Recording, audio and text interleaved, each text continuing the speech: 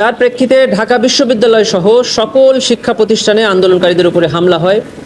উনি বলেন এই আন্দোলনকারীদের দমনের জন্য ছাত্রলীগই যথেষ্ট। এরপরে আমরা দেখতে পেয়েছি ঢাকা বিশ্ববিদ্যালয়ে নারী শিক্ষার্থীদের উপরে হামলা হয়েছে, যারা আহত চিকিৎসাধীন ছিলেন তাদের উপরে হামলা হয়েছে। এর পরদিন 16 তারিখ আবু সাঈদ শহীদ হন এবং চট্টগ্রামে ওয়াসিম সহ সারা দেশে 6 জন আন্দোলনকারী শহীদ হন। এবং একটা শান্তিপূর্ণ আন্দোলন এই ধরনের উস্কানিমূলক বক্তব্যের মাধ্যমে সারা দেশে ছড়িয়ে পড়ে এবং তাদের উপরে নির্বিচারে গণহত্যা চালানো হয়। এবং অন্যান্য আওয়ামী লীগের যে সকল আসামিদেরকে এখানে অভিযুক্ত করা হয়েছে তারাও এই জুলাই গণঅভ্যুত্থান চলাকালে বিভিন্ন সময়ে বক্তৃতা বিবৃতি দিয়ে এই আন্দোলনে অপরাধ সংগঠনে উস্কানি দিয়েছেন। জনাব আরাফাত বলেছিলেন যে সরকারের কাছে যতগুলো গুলি আছে, যদি একটানা 5 বছর ছাত্রদের উপর গুলি করা হয় তাও শেষ হবে না।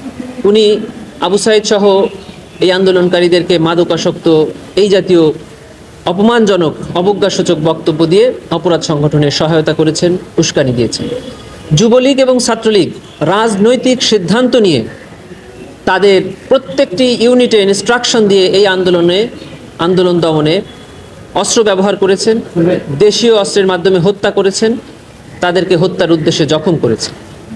এই মর্মে অভিযোগ গঠন করা হয়েছে এবং প্রসিকিউশন মনে